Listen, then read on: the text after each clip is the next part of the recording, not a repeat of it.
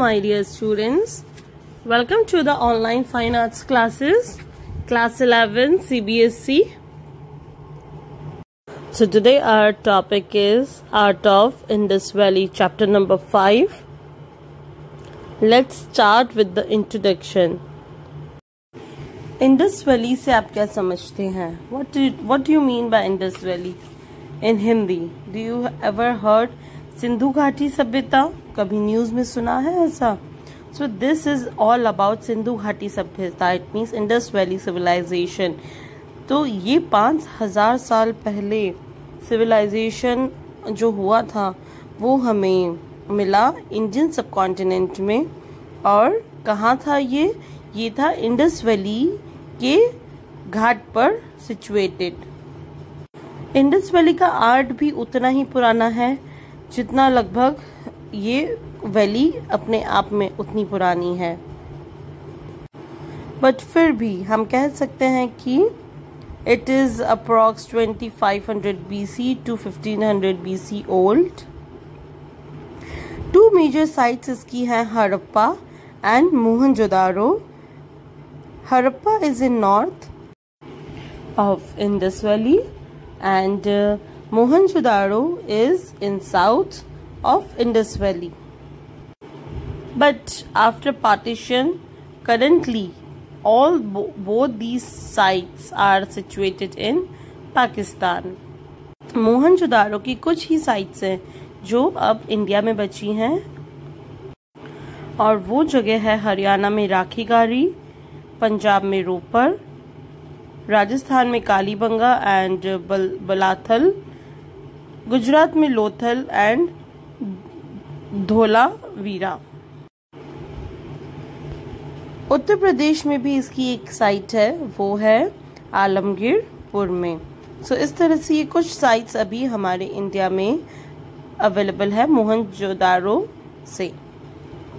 अब हम देखते हैं इसकी कुछ फॉर्म्स, आर्ट फॉर्म्स क्या क्या थी, जैसे कुछ seals, portray, sculptures, gold jewellery, terracotta figures. इस तरह की काफी सारी आर्ट फॉर्म्स अभी हमें इंडस वैली सिविलाइजेशन पीरियड की देखने मिलती हैं. इन दोनों साइट्स हड़प्पा एंड मोहनजोदारो के बारे में हमें सबसे इम्पोर्टेंट क्या देखने मिलता है? Planning of the town. जिस तरह से इन्होंने टाउन्स को प्लान करके एग्जीक्यूट किया, that is commendable at that time. Here I have shared some town plans of Mohenjo-daro. This one is from Harappa. This one again Harappa town plan जहाँ pillared hall है, great बात है. So बच्चों इसमें question ऐसा बन सकता है कि name the various forms of art and artifacts found from the civilization Indus Valley. इस तरह से क्वेश्चन बन सकता है. इसका आंसर क्या होगा? The various forms of art and artifacts have been found from various sites of the civilization such as sculpture, seals, portrait, jewelry, terracotta figures, earthenware, jars, architectures, etc. So ये आप एक बार learn कर लीजिएगा. इस वक्त के आर्टिस्ट बहुत कलाकार थे, फाइन आर्टिस्ट थे, सेंसिबल थे और अपनी इमेजिनेशन को बहुत ब्रॉड रूप में रखते थे. वाइड इमेजिनेशंस होती थी उनकी. जिस तरह से वो एनिमल फिगर्स या ह्यूमन फिगर्स बनाते थे वो बहुत रियलिस्टिक लगते थे. ऐसा जहां आप अभी कुछ पिक्चर्स देखेंगे उससे ये प्रूफ होता है. उस वक्त पर मेटल कास्टिंग और मोल्डिंग, वैक्स के स्टैच्यूज, वैक्स की मूर्तियां, मेटल की मूर्तियां बनाने का भी ट्रेंड स्टार्ट हो चुका था और वो लोग इसमें बहुत माहिर थे. So now let's study of the artifacts of this period. The first one is dancing girl. First look at the picture, then will start learning the description.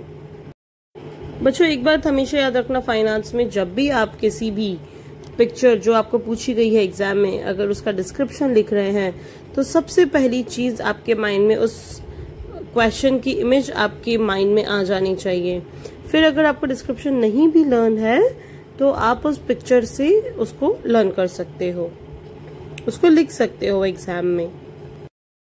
This dancing girl bronze sculpture placed in Mohenjo-daro, now in Pakistan. This is available to see in National Museum, New Delhi. Who made this artist is unknown. Size is 10.5 centimeter long, 5 centimeter broad and 2.5 centimeter thick. Made with the material bronze. This dancing girl sculpture is also known by the name Nritiki. Now she is standing in the graceful pose with pride. गर्व के साथ वो इस posture में खड़ी है। उसका right hand उसके बैक पर है। उसके long hairs tied है, एक जूड़े में बंधे हुए। उसने left hand की आर्म पर बैंगल्स पहने हुए हैं, ब्रेसलेट और आर्मलेट पहना हुआ है राइट हैंड में, एंड एक नेकलेस पहना हुआ है, वो कौड़ी शेल्स का बना हुआ है, कर्व शेल्स का बना हुआ है। उसने अपना राइट हैंड अपने हिप पर रखा है एंड लेफ्ट हैंड से उसने एक बोल को पकड़ा हुआ है। उसकी लार्ज आईज है एंड नोज फ्लैट है। This figure is full of expressions.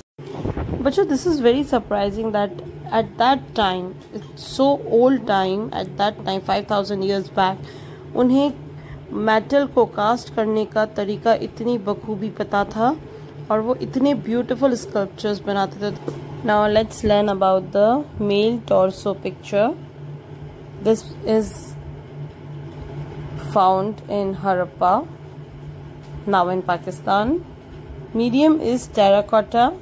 Red limestone से ये बनाया गया है। 2500 BC में बनाया था। इसका साइज है 9.2 centimetre long, 5.8 centimetre thick and 3.3 centimetre मोटा है। ये आर्टिस्ट पता नहीं चला है इसका अभी तक। कलेक्शन ये अभी नेशनल म्यूजियम न्यू दिल्ली में अवेलेबल है।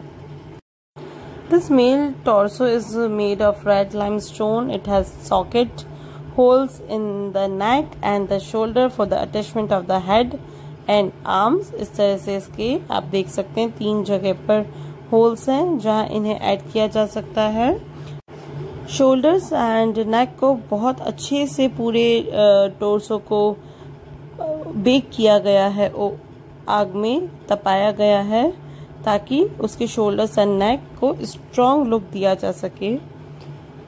उस वक्त के लोग काफ़ी फैमिलियर थे इन तरह के आर्टिस्टिक्स को बनाने के लिए, क्योंकि वो ये टेक्निक जानते थे कि कहीं पर ब्लैंक स्पेस छोड़ने से उन आइडल्स को मूवेबल बनाया जा सकता है।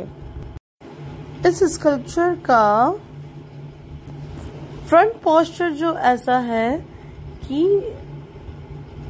इसका एब्डोमेन स्लाइटली प्रोमिनेंट है, थोड़ा सा जैसे तोन निकला हुआ है। ये जो न्यू टॉर्सो है वो इस तरह से कंसिडर किया गया है कि एक बहुत ही रिमार्केबल ऑब्जेक्ट है। So this is all about this male torso made by terracotta limestone and keep watching the video. Stay tuned for the next video. Subscribe Ratlam Public School YouTube channel for more videos. Do like, comment and share with your friends. Stay safe. Take care.